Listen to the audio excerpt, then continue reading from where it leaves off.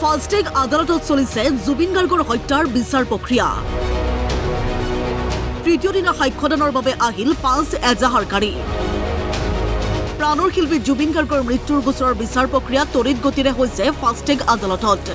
তৃতীয় দিনা সাক্ষ্যদানৰ বাবে আহিল অনুজ কুমাৰ বৈশ্য, প্ৰভাকৰ ফুকন, বাৰ্বি বৰা, বিৰিঞ্চি বৰা আৰু ৰাজা অসম।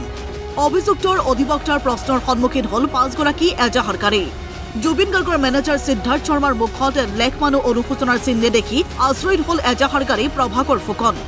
তেখেতলোকক আমি ভিডিঅ' কনফাৰেন্স যোগে দেখিবলৈ পাইছোঁ। তেখেতলোকৰ নিজ নিজ জেগাত আছে। কোনো তেখেতলোকৰ মুখমণ্ডলত আমি কোনো একো দেখা নাই। তাৰমানে তেখেতলোক খুব ভালদৰে আছে। আৰু কথাকে আমাৰ মেনেজাৰ শৰ্মা, আমাৰ শেখৰজ্যোতি শৰ্মা, তেখেতৰ সিদ্ধাৰ্থ শৰ্মা, তেখেতক কোনো ফিলিংছ নাই। খুব আচলতে দুখ লাগিল তেখেতৰ হেৰিটো দেখি। বিপক্ষৰ অধিবক্তাই ব্যতিব্যস্ত কৰাৰ অভিযোগ প্ৰভাকৰ ফুকনৰ। তেখেতৰ যিজন উকিল, তেখেতৰ উকিলজনে আচলতে বহুত আমাক ব্যতিব্যস্ত কৰিছে।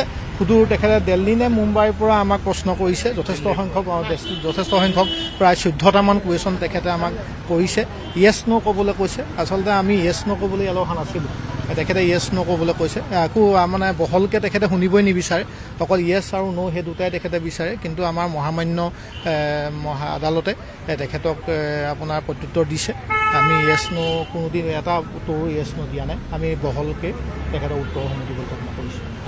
ইফালে শ্যামকানু সিদ্ধাৰ্থই কোটি টকীয়া অধিবক্তা নিয়োগ কৰিবলৈ টকা ক'ত পাইছে বুলি প্ৰশ্ন আন এগৰাকী এজাহাৰকাৰী বিৰিঞ্চি বৰাৰ।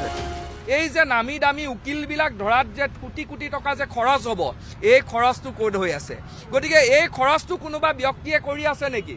শ্যামকানু মহন্ত, সিদ্ধাৰ্থ শৰ্মা, অমৃতপ্ৰভা মহন্তৰ এই যিটো গেঙে আমাৰ হিয়াৰ আমঠু জুবিন গাৰ্গক হত্যা কৰিলে বিদেশৰ মাটিত নি, এই গেংটোক ৰক্ষা কৰিবৰ কাৰণে, সুৰক্ষিত কৰিবৰ কাৰণে আৰু যাতে কোনো ধৰণৰ শাস্তি তেওঁলোকৰ ওপৰত পৰৱৰ্তী পৰ্যায়ত প্ৰয়োগ নহয়, তাৰ কাৰণে এই ব্যৱস্থাটো সুৰক্ষিত কৰিবলৈ কোনোবাই এই কোটি কোটি ধন বিনিয়োগ কৰিছে নেকি?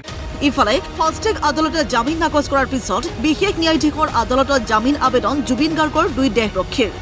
আয় বহিৰ্ভূত সম্পত্তিৰ গোচৰত জামিন আবেদন নন্দেশ্বৰ বৰা আৰু পৰেশ বৈশ্যৰ।